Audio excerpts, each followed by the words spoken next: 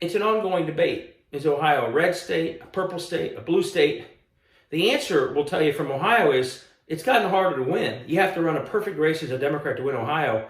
But a lot of the reason it's gotten harder is that we're a rigged state more than we are a red state. And I want to walk through the math of that real quick, because there's a current bill in front of the governor on his desk that just passed the State House and Senate that shows how brutal the math is when they start suppressing Ohio voters.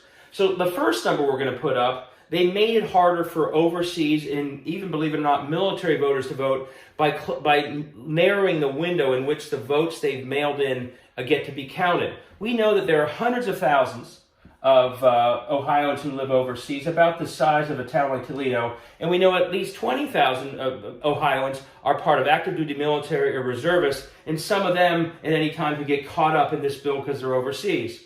Number two, about 30,000 people voted the Monday before Election Day. These are people who figure out late in the game they can't vote Tuesday, so they show up in person and wait in line on Monday. Well, this bill gets rid of that final day, so that's another 30,000.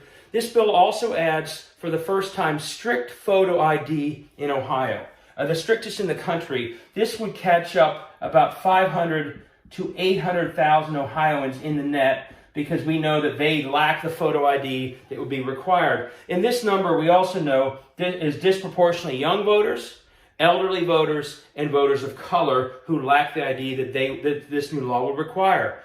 Now, some percentage of these numbers, this is the baseline, will not be voting in 2 and 4 years because of these rules. We know that. Not all of them, but some percentage. Wisconsin, that happened after voter ID was passed there.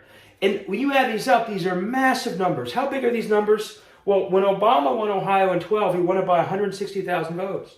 When Tim Ryan lost, he lost by 260,000 votes. When Sherrod Brown won in 18, he won by 300,000 votes. Look at these numbers. These are the sizes of numbers that actually make the difference between winning and losing the state of Ohio. This is how brutal the math is when they suppress votes and purge votes in Ohio. Governor, veto this outrageous bill.